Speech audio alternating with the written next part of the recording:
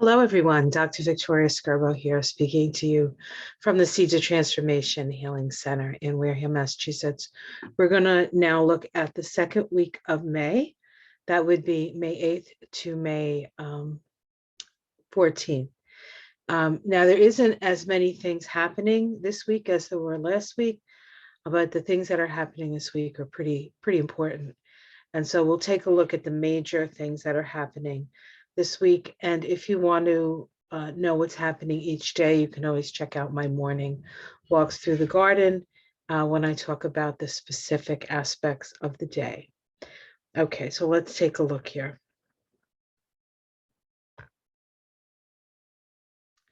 Okay, so we're here at week 2 of the Astrology of May.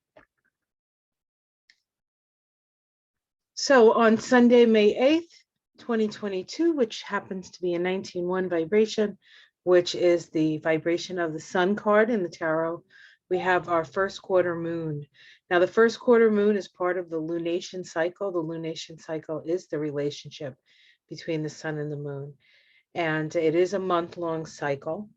And it is generally quite significant for the month that it's in. But because this new moon that started this synodic cycle, which actually started for some of us on April 30th, for some of us on May 1st, depending on where you live on the planet, that was actually a new moon solar eclipse. And so when we're dealing with eclipse energy, it's even more powerful, right? Because the eclipses are the times when, in a way, we are called to pay attention to the direction that evolution is pointing in. And of course, we are in the midst of the North Node eclipse cycles, which means that we are being pointed into a possible future. So what we're doing in this first quarter square between the Sun and the Moon is we feel the need to take an action. It is the crisis in action square, as it is known. And that crisis in action is based on a sense that if we don't take an action, we may not survive. So this is based on our survival instinct. What's happening at this time, if we look at it here we have the Sun here at looks like 1829, and the Moon at 1829 of Leo. So we can see this first quarter square here. But what that actually creates is it creates a grand square, okay, with the Moon here, Saturn on the other side. Remember, Saturn is square the nodes at this time. And actually, with this first quarter square, because the Sun is so close to the new moon, the moon also squares the nodes. So we have both Saturn squaring the nodes, the resolution node, of course, being that south node in Scorpio, meaning that in order for us to structure a new sort of more Aquarian, more egalitarian society, we need to go back to the past and review our relationships, our entanglements, and we need to look at our shadow before we can move forward into the future, which is one based on stability and simplicity. And of course, Uranus is there, which is affecting the Sun, affecting the south node, the north node, opposing the south node, widely squaring Saturn. This is the Saturn-Uranus square, was the major aspect of 2021 and is in influence for all of 2022 for the most part, and gets very close to exactitude in October. So just before the elections, the 2022 midterm elections, which promises to be a real turning point for the United States, certainly, and of course, for the world, seeing as the United States kind of, in its way, is considered the most powerful country. Okay, that may be changing. Power power things are shifting and changing. But at this point, we could probably say that with some confidence. Because the moon is square the nodes here, the resolution node for that moon, and the moon in Leo is a capacity to express yourself, a capacity to feel joy, to feel love, to be creative. And the resolution node for that is the North Node. And so our hearts need to be in, and our creative pursuits need to be in the direction of Taurus, which is practicality, stability, and of course, it's a Venus ruled sign. So there has to be this energy of Venus taken into consideration. And where is Venus? But Venus is in Aries at this time. So she is on the warpath for the rights of not just women, but the rights of individuals here, right? So we're experiencing that as well. So we can see that this first quarter square is really sort of churning things up in a time when we actually don't need that much, and things are churned up already. But this becomes very personal for us because we're dealing with the moon here, right? This becomes a personal thing for us. Okay. Now, on Tuesday, May 10th, 2022, which vibrates to a 21-3 vibration, which is the World card in the tarot, indicating perhaps the end of one cycle and the beginning of a new cycle, we have Mercury stationing retrograde. Now, Mercury is in Gemini, the sign that it rules, and we can see this right here with Mercury retrograde in Gemini at 5 degrees of Gemini. I don't believe I looked up the Sabian symbol for that, but I will read it to you if I can. Hold on 1 minute. Let me see if I can find my book.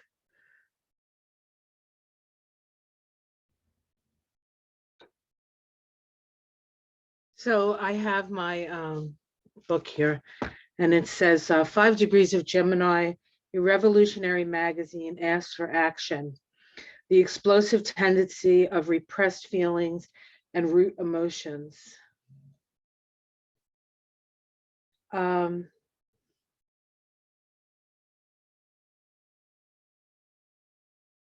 Says whether the revolutionary action is violent or peaceful, bitterly resentful or loving, the one desire is to reach beyond established forms, which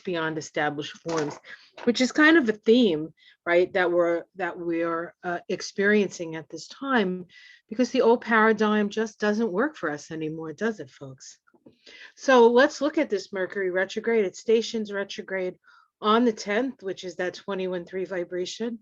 The pre-shadow of this Mercury retrograde actually began back on the 27th of April. That means it moved to the degree that it was going to retrograde back to, right? It was in Taurus at that time. It's retrograde from 5 of Gemini to 27 degrees of Taurus.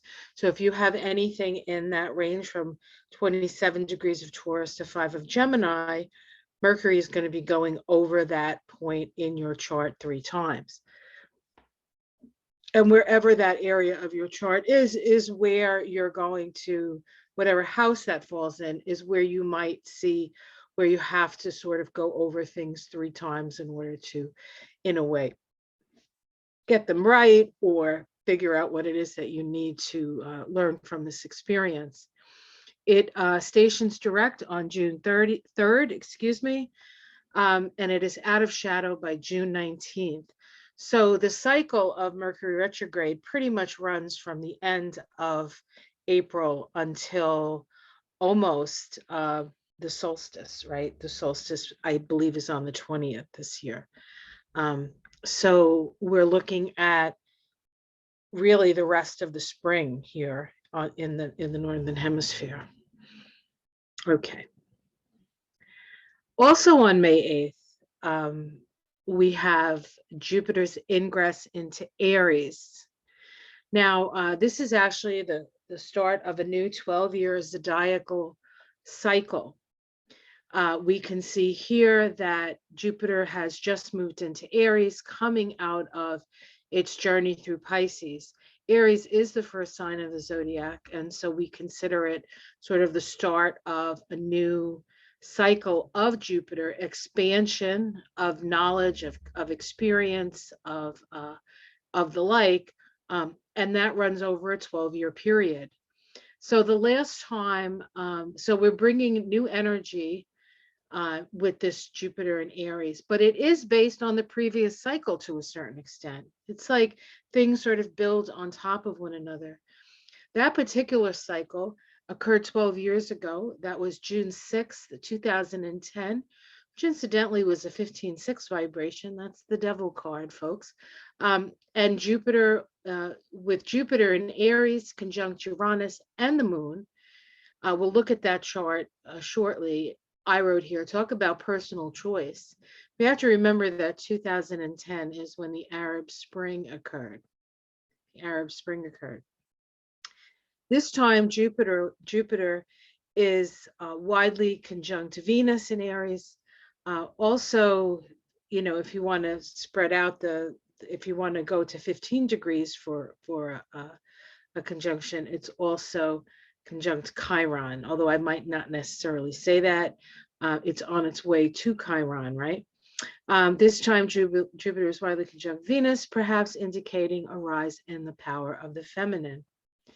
So here we have the two ingress charts of Jupiter in Aries, and I put them side by side so we can kind of see where things where things are, where they were, perhaps what it meant for us, and perhaps what this new cycle of Jupiter will bring for us. So let's take a look at the June 6, 2010 chart.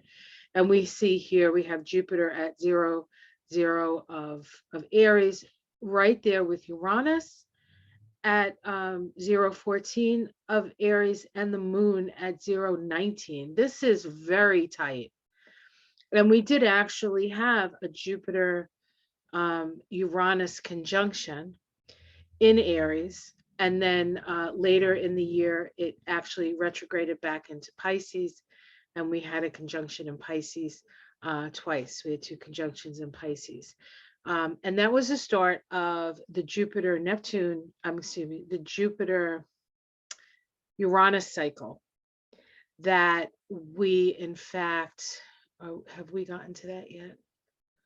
Jupiter Uranus, let me just take a look. We're not quite at that cycle yet, the Jupiter Uranus cycle that will be coming, I think sometime next year.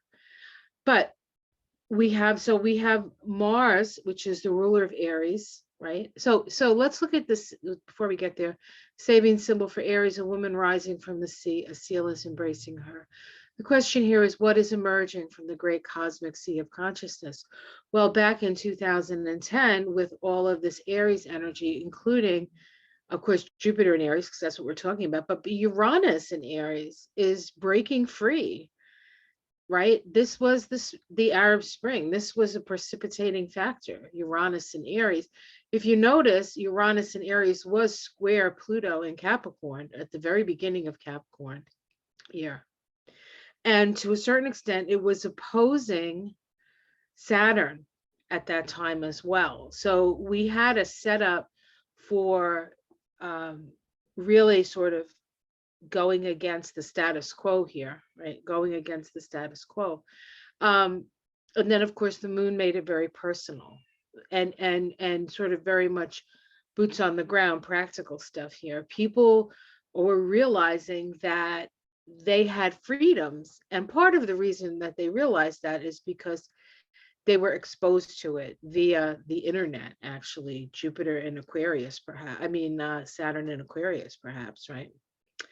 But the Sabian symbol for the ruler of Aries, right, which was at 30 degrees of Leo, is an unsealed letter, the realization by the individual that all thoughts and all messages are inevitably to be shared with all men, meaning that the rights to express yourself, the rights to be who you are, the rights of to a certain extent self-governance, as a person, even within a society, was to be shown, what the letter was to be open to everyone, that this is something that, this is a potential and a promise that we all have. This is about expansion. Jupiter is about expansion, but Jupiter will only expand as far as Saturn will let it.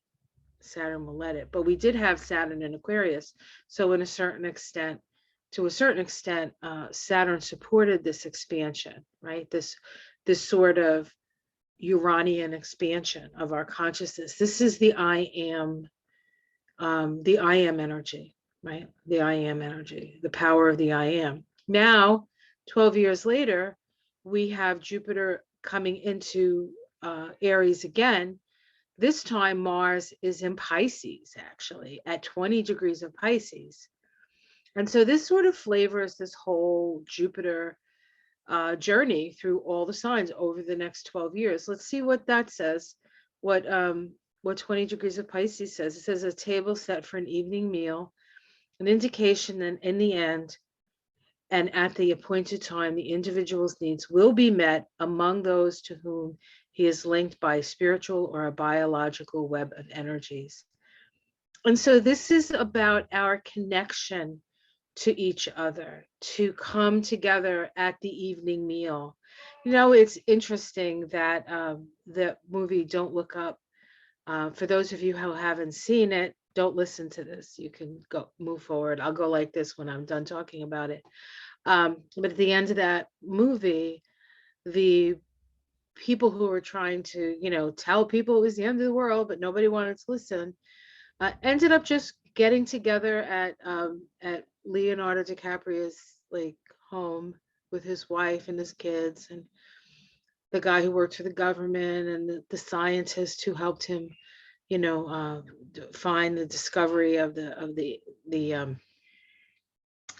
meteor that was going to hit Earth. And they all just sat together and had an evening meal together. And then, of course, it was the end of the world. So, but that idea of, you know, really sort of coming back to what's important. And I think it's very interesting because now we have, at the time, okay, at the time of the 2010, the North Node was in Capricorn. That's about agency, right? Agency. Now we have the North Node in Taurus, and this is about survival. And so this energy here is about it, to a certain extent, a survival of the species kind of energy. And we have the North Node here with the sun, and we have Uranus here, right? And we also have Venus in a conjunction to Jupiter, which says to me that the direction forward is by empowering the feminine, by empowering the feminine. Okay, so now those are the major things happening this week. There is one other thing. I think it's not happening to the 15th though. Okay, I think that's it. I hope you enjoyed this little review of what's going on in the second week of May. Please like and subscribe, and keep your eyes peeled for week 3. Week 3 is another big week. And I say that every week, don't I? All right, guys, take care. Much love. Namaste, and I'll see you next week.